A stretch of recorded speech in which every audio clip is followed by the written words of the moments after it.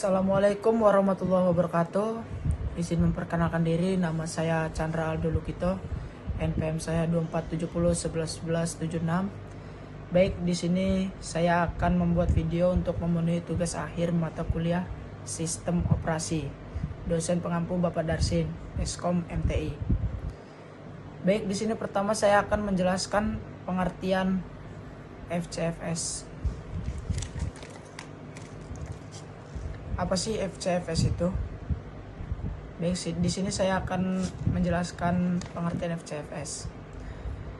Algoritma first come first served merupakan salah satu algoritma penjadwalan yang paling sederhana yang digunakan CPU dengan menggunakan algoritma. Ini setiap proses yang berada pada status ready dimasukkan ke dalam queue atau antrian sesuai dengan waktu kedatangannya. Selanjutnya ada karakteristik FCFS. Karakteristik FCFS itu dibagi menjadi 3, yaitu yang pertama non-preemptive. Non-preemptive artinya sebuah proses memulai eksekusi proses tersebut tidak dapat dihentikan hingga selesai. CPU tidak dapat diambil alih oleh proses lain sampai proses yang sedang berjalan selesai dieksekusi. Yang kedua, antrian FIFO. Antrian FIFO prosesnya ditempatkan di antrian berdasarkan waktu kedatangan. Proses yang tiba lebih awal akan diproses terlebih dahulu. Jika ada proses yang datang saat CPU sedang sibuk, proses tersebut akan menunggu di antrian hingga gilirannya tiba. Yang ketiga, implementasi mudah. Karena hanya perlu mengatur antrian FIFO dan tidak perlu mekanisme yang menghentikan atau mengatur prioritas, FCFS lebih mudah diimplementasikan dibandingkan algoritma penjadwalan lainnya. Selanjutnya ada keuntungan FCFS. Keuntungan FCFS ada 3. Yang pertama, sederhana, mudah dipahami. Struktur algoritma ini sederhana sehingga mudah dipahami dan diimplementasikan. Yang kedua, memberikan keadilan. Karena setiap proses dilayani berdasarkan urutan kedatangan sehingga tidak ada proses yang diprioritaskan lebih dari yang lain. Yang ketiga, memiliki overhead penjadwalan yang rendah. FCFS menghindari pengolahan overhead tambahan sehingga cocok digunakan dalam sistem yang tidak banyak interaksi. Selanjutnya ada kekurangan FCFS.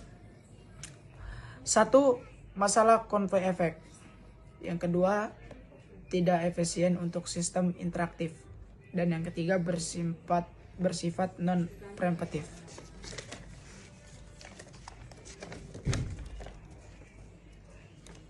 Baik, selanjutnya konsep waktu FCFS. 1. Arrival time adalah waktu ketika proses tiba di sistem. Yang kedua, burst time adalah waktu yang dibutuhkan proses untuk menyelesaikan eksekusinya. Yang ketiga, completion time, waktu ketika proses selesai dieksekusi. Yang keempat, turnaround time, yaitu total waktu proses dalam sistem. 5.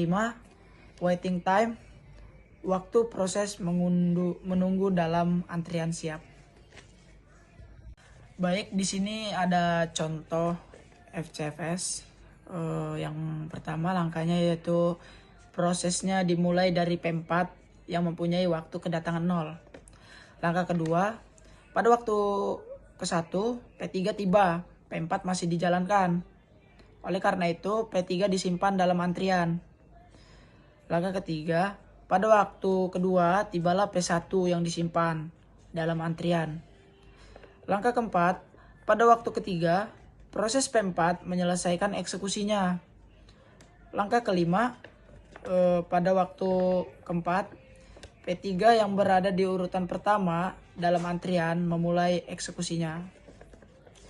Langkah keenam, pada waktu kelima P2 tiba dan disimpan dalam antrian. Dan langkah yang ketujuh, pada waktu 11 P3 menyelesaikan eksekusinya. Langkah ke-8, pada waktu 11, P1 memulai eksekusi. Ia memiliki waktu burst 6. Ia menyelesaikan eksekusi pada interval waktu 17. Langkah ke-9, pada waktu 17, P5 memulai eksekusi. Ini memiliki waktu burst 4. Ini menyelesaikan eksekusi pada waktu 21. Langkah ke-10, pada waktu 21, P2 memulai eksekusi. Ia memiliki waktu burst 2. Ia menyelesaikan eksekusi pada interval waktu 23. Baik, langkah 11. Mari kita hitung waktu tunggu rata-rata untuk contoh di atas.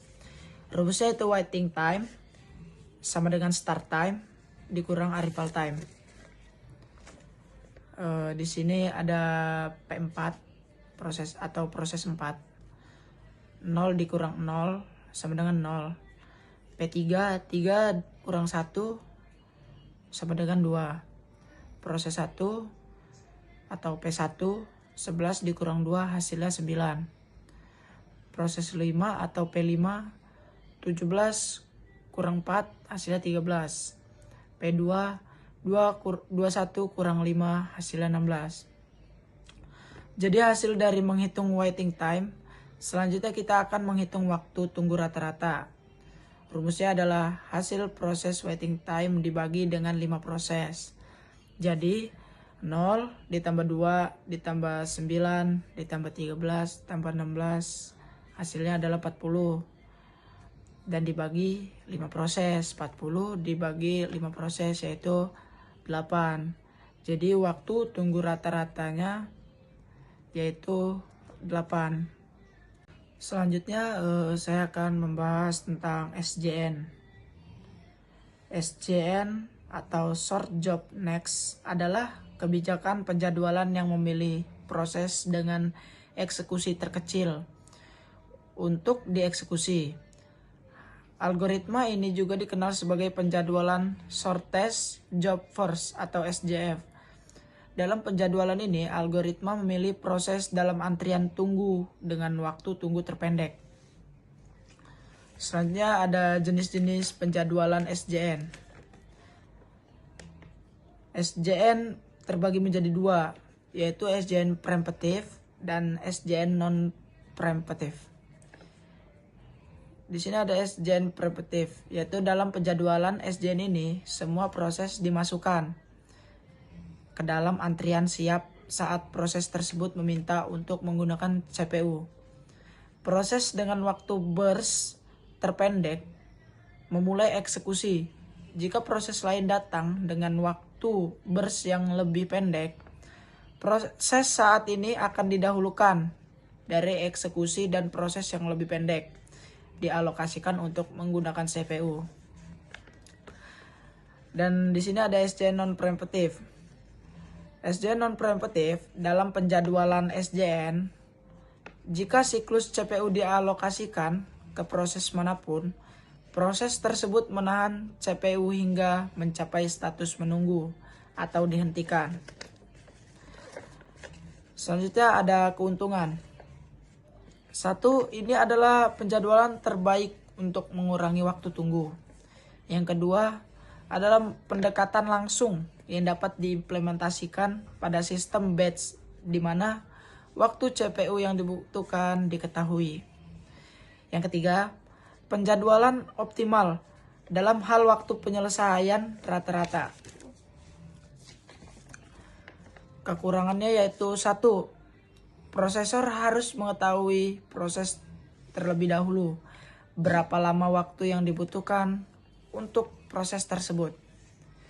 Yang kedua, penjadwalan ini tidak mungkin diterapkan dalam sistem interaktif jika waktu CPU yang dibutuhkan tidak diketahui. Terima kasih. Sekian dari saya. Wassalamualaikum warahmatullahi wabarakatuh.